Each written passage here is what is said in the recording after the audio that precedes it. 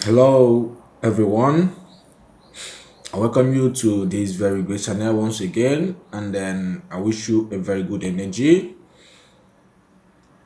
Most times we practice spirituality, and then some people have, are onto these spiritual practices, but they don't know which realm their grade of oppression falls under. Okay, so that is what you will learn in this video. So if you are walking any spiritual path, you will be sure to know which realm your power or your grade is, so you don't go and practice or fix yourself where you are not on that grade. So that be my problem, you understand? So now we want to talk on the realms of spiritual practices. I just listed them out, and I'll explain the few of them, all of them, so that you will know the realms of spiritual creation. God has created these levels of spiritual communication. So when you're starting, you are upgrading, and then you'll be able to access the highest of them. So now we want to talk about the one stage of this, which is the supernal realm, the supernal realm, which is the supernatural realm. Now, if you've not subscribed, you do, like, you share. So this supernatural realm or the supernal realm is the highest realm attainable. Okay, if you are a spiritual practice and then you have got to this realm, then you will know exactly and you will understand exactly what I am trying to point out here. So this is the way the division of all the archetypes, gods, like everything that has to do with God, spirits, archangel, entities that were created. This is the realm they operate from. When you talk about magis, this is a place of the advanced magis. Okay, so this is the ideal place of everything it contains. It embraces everything: idealism, justice, truth, war, chaos, madness, and death. Okay, the highest attributed source of creation. This is the supernatural realm, the highest attributed source of creation, which rules above, which where the mind, like every human mind, rules above everything else. So this is the highest attainable realm of spiritual practice you can ever come across. Okay, now they have the bestial realm, Bestial, the bestial realm. So this is a realm of animal instincts, okay, where the animal instinct dwells. Like you say, I'm having this instinct, you're not sure, you're just like feeling something tells you that something is like this or that. So these are a realm where shamans can tap into the great bear spirit. From there, the shamans can tap into the supernatural spirit. They are not on the supernatural realm, but from this bestial realm, the shamans, the spiritual practitioners can tap from that supernatural realm. Okay, so this is where you can get the animal spirit. That's why they say your animal spirit is that, and then you're a dragon as an animal spirit, you have a cat as an animal spirit. This is the bestial realm. So it's natural primal forces where the energies of animals incorporate in spiritual practices. So the ideas and logic of the rationality is where, okay, that is in the western side, where they always say the animal spirit, but in this our African side, people don't usually have fixed or one animal spirit. They incorporate different animal spirits in their practices. Okay, so in this basement, you have dark gods. This is a place you have dark witchcraft, dark gods, myths. Myths are things that either they exist or they don't exist. Okay, so this is the from this place, this point, as of the Egyptians. in the Egyptian spiritual practices, they combine their learned magis or shamans combine this very realm, which is this animal instinct, animal spirit realm, with the supernal realm.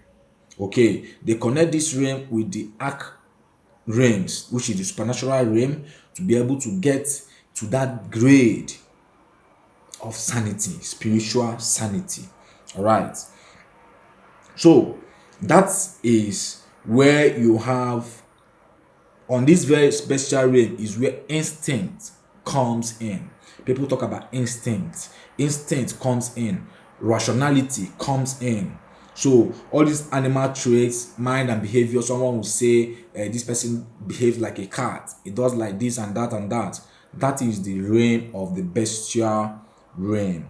Then they have the celestial realm, the planetary bodies, the stellar bodies. So these are the celestial realm.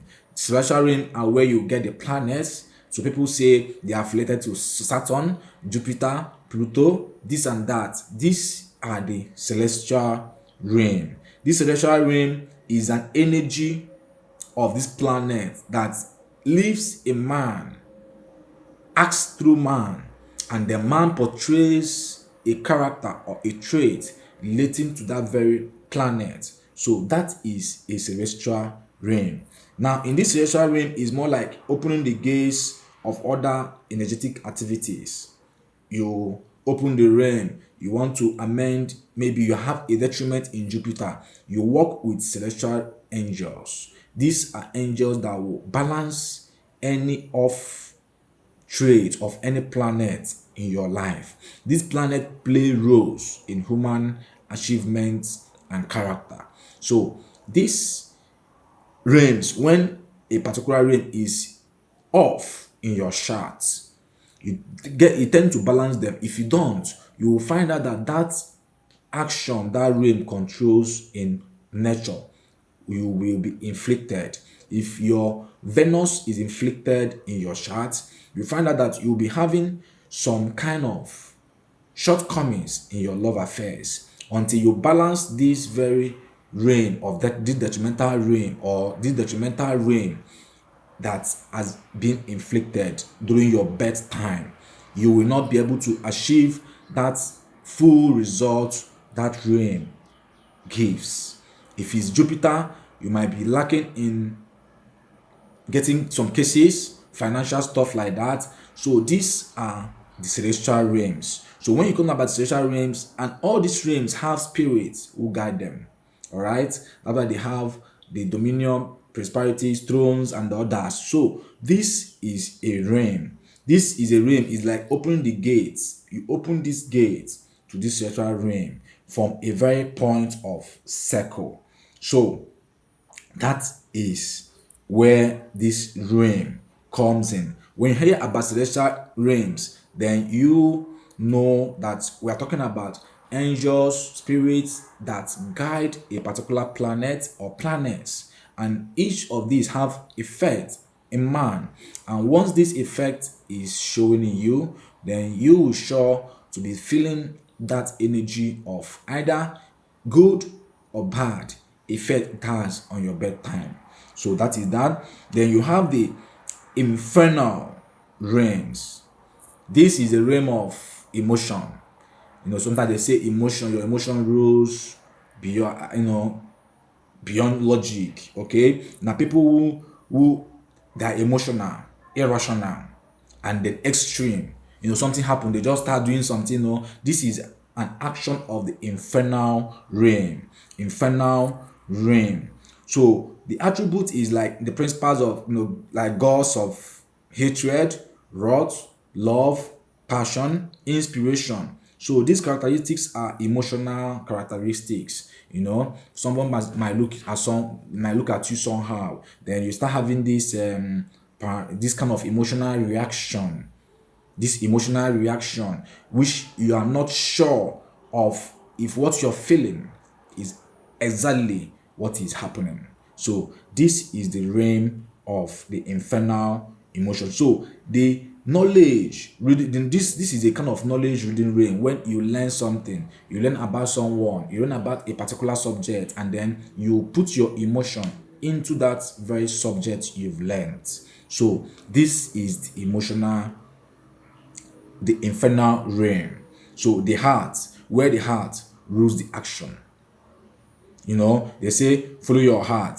So this is a void space, and I wouldn't advise someone to practice on this infernal realm, because sometimes in this infernal realm is where knowledge of who a believer, who a Christian is, and then how you treat a Muslim, how you treat a Judaic person, all these are infernal realms, which does not amount to pure spiritual enlightenment. If you're still practicing on this very realm, then you are just practicing on knowledge, and it will affect your deeper spiritual enlightenment.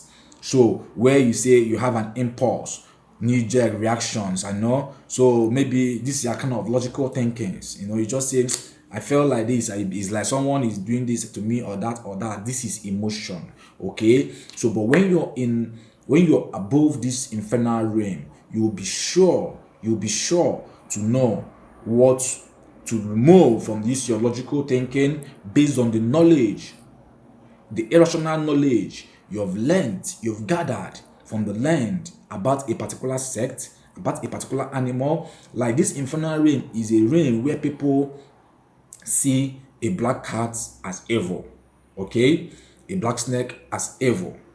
All these animals, they've labeled them that these are dirty and bad animals. But when you are above this very infernal realm, for me, if a black cat crosses my path, in space of 4 days, 1 week, I am coming across a huge or a sustainable amount of money. Okay, but many people, as far as Africa is concerned, they see black cats as witches who torment people and destroy them. Why must we always see it that way? In this place, they see bats as witches that torment them, but bats are also guardians of the night. So guardians are on the night, and where they say the highest treasure lies in the dark. So every energy, even that one you see, you think is of a very light energy, can still cause you chaos. Okay, even the Bible says that the Lucifer himself can appear to you as an angel of light. So when you get that point of the scripture, the word of God, it's not me that said it. Now, when you get that point, then you'll be able to know it's not everything that comes in white clothing is pure. It's not everything that comes in dark coloring is dark. Okay, God himself covers himself with clouds of darkness. Okay, so this is it. Darkness was never created. Darkness existed with God. Water existed with God as far as the manual of the book of law is concerned, which is the Holy Bible all Christians believe they have. From the creation of time, there was never a time God said, let there be darkness, but he said, let there be light, because there was darkness before the light. And that darkness was with God, and God is a part of every element of every creation he is. In any tree you see God. If you look at the water, you see God. If you even look at the fallen angels, you see God. He created them, and because of whatever law they have in that realm that they rebel, their gift is still with them.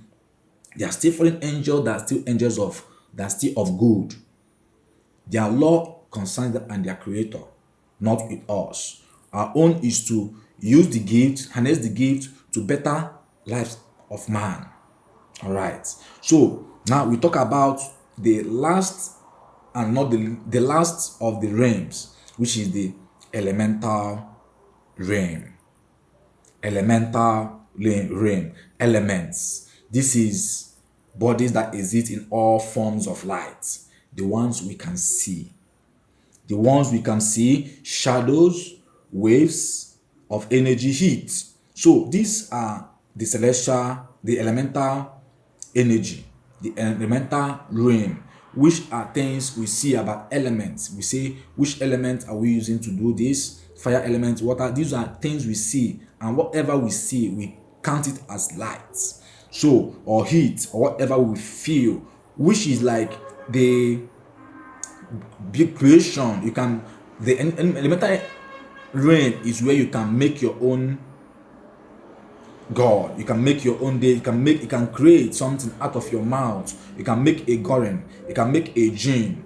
Okay, so these are things: humus, plants, trees. All these are from stones. These are elements, things we see on this realm. People use them. That's why sometimes people use leaves for a kind of spiritual power, spiritual work. So these elements they use, they incorporate them so that they can build up an energy that will do a purpose. One herb can do a purpose, then there are ways you add other elements to that very particular one to be able to get a function to what you desire.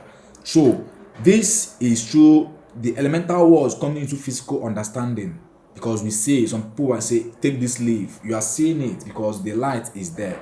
If I show you a basil leaf or a scent leaf in the dark, you will not see it, but when I bring it out in the open, you will know that this is a basil if you are able to identify it, because it is on the elemental realm. But when these elements are being combined together to create an energy for a particular attribute, the energy transcends from that particular realm to another realm. And if you don't have the spiritual enlightenment, you've not grown from that spiritual stage you might not be able to know on which realm it has transformed or what activities it has transformed into in that particular realm. So if you want any effect of the physical world, you look to its elemental attributes.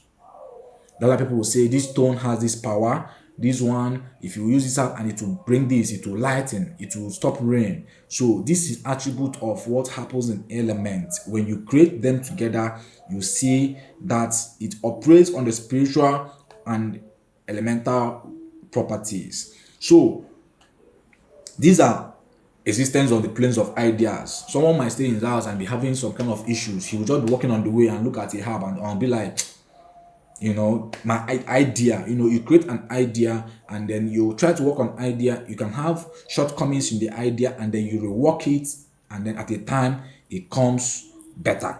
All right, so these ideas come, you create them, but it doesn't give you a certainty that the idea you're creating out of an element will give you the result you want.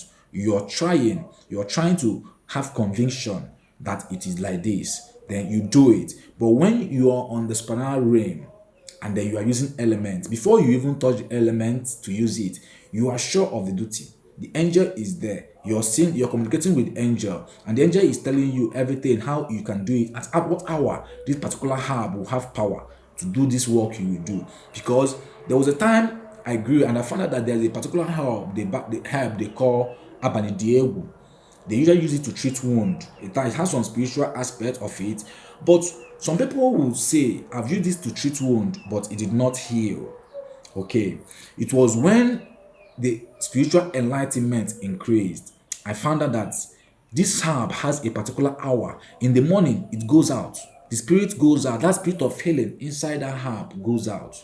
It goes out to do his own activities, and it come back around 5 p.m. in the evening. Okay, so when this herb spirit comes back around 5 p.m. and you harvest it at that time, if you put it on your wound, if it's bleeding, you will not see, in the space of 30 minutes the bleeding will stop. But if you take it when it has gone, you are taking it as a normal leaf, because it's spirit that heal, it's spirit that manifests things. It's not that leaf, that element you're seeing itself, but the spirit inhabiting in that element that does the work. So when you have this spiritual knowledge and enlightenment, try to distinguish what is instinct, what is logic, and what is truth. Okay, so these are all based on creation. They are realms of God's creation. I did not create them. It's God that created them and gave them in that realm. That's why people upgrade from one realm to the other until they can be able to see. Some people see it like How can someone see a spirit, an angel? Okay, but people summon angels and see angels. But when you're on this elemental realm, you can never agree. You can always think that once you do this, that thing you do, and the spirit goes and bring customer for you. Is it not a spirit? Is it the heart that is doing it for you? Is the spirit of the element you have combined that has brought that angel down to it, that by authority that they say, if this herb and this element are combined, this angel will come for a duty to carry out this very task and fulfill this very purpose. So that is the element of creation. God created all these realms and gave them their powers, and they're answerable to another realm. That's why gnomes, jinns, they're answerable to angels, answerable to archangels, and answerable to the seraphims. Okay, the seraphims. Then the God creation in his holy names, 72 holy names that he has covered himself with. Now when you vibrate any of the holy name, the angels protecting that holy name, in charge of that holy name, bearing that holy name, will come forth for your duty. So whenever you want to discuss about realms, they have dream realms where you sleep and then you see some other things. So these are all the realms, these are all in infernal realms. So when you do all this, you'll be able to know exactly what the origin of the realm you have entered is and where you are practicing. So don't confuse yourself with an instinctual behavior of the spinal, bestial, celestial, or infernal realm. So now you know all the realms of spirituality. You have the supernatural realm, which is the highest realm, supernatural realm. You have the bestial realm, you have the celestial realm, you have the infernal realm. But it is to act then, it will originate in some form of elemental compound. Before you can get to that supernatural realm, you can summon an angel from the supernatural realm. You must set an element, your incense, your candles, your holy circle, or the pentagram triangle. So you must set all these to interact outside of his plane of origin. You must start from elemental points. That's why when you're starting spirituality, you don't just, if it's gifted to you when you are a child, you start seeing spirit and angels, yes, but when you grow, you find out that you come back again to this elemental realm. Then start practicing with herbs, things, elements, combining each element. It moves from the celestial realm, it enters the bestial realm, from the from the infernal realm, and then the elemental realm, you go to the infernal realm, celestial realm, and then enter the supernatural realm. So this very tip will help you so much if you are a spiritual practitioner or you are confused about how you go about these spiritual things. Then you know that in all these realms there is a path like this. Now what you seek is a balance, an equilibrium. That's why not all fallen angels are dark angels. They are fallen because they, just like when someone comes to you and deceives you to do an act, you don't know the intention of the act, but because you answer to this person, you followed him and committed an act, and then the judgment is passed on you. You are answering the judgment of the act, but you're not bad. You never intend to do it, but this is your judgment of the law of the people. Now you're answering the judgment not because you intended to do this very thing. If you had been the one who initiated it, you wouldn't have initiated it, but because you were manipulated in doing it, then you did it, and then judgment falls on you. That is how these angels are. And then even God himself that is judging them said, do not insult any of them. Falling or any, don't not insult any of them. The only thing you can do is to, when you feel that their energy is bad and then they are attacking on the attacking side, whatever the only thing you can do is to rebuke them in the name of the Lord, or using the elements. Use the element you use, it will put them in check. Putting them in check is that once you use that element, a supernatural angel, an entity, will come and subject them to order. Okay, so that is how it works, and I wish you understand this, and I wish you incorporate it in your spiritual affair, whether you're a spiritual practitioner or not, so you'll be able to differentiate on the grade of where you are. Okay, then before you can say, I am certified to be called a Lord. We are all Lords okay, but they have the Lord of all. So we are all gods, but they have God of all. So that is the tip for today. So I wish you a very good energy. I wish you more spiritual enlightenment in all endeavors and career. Stay blessed for more coming your way. I'm a very good guy, Spiritual Jude.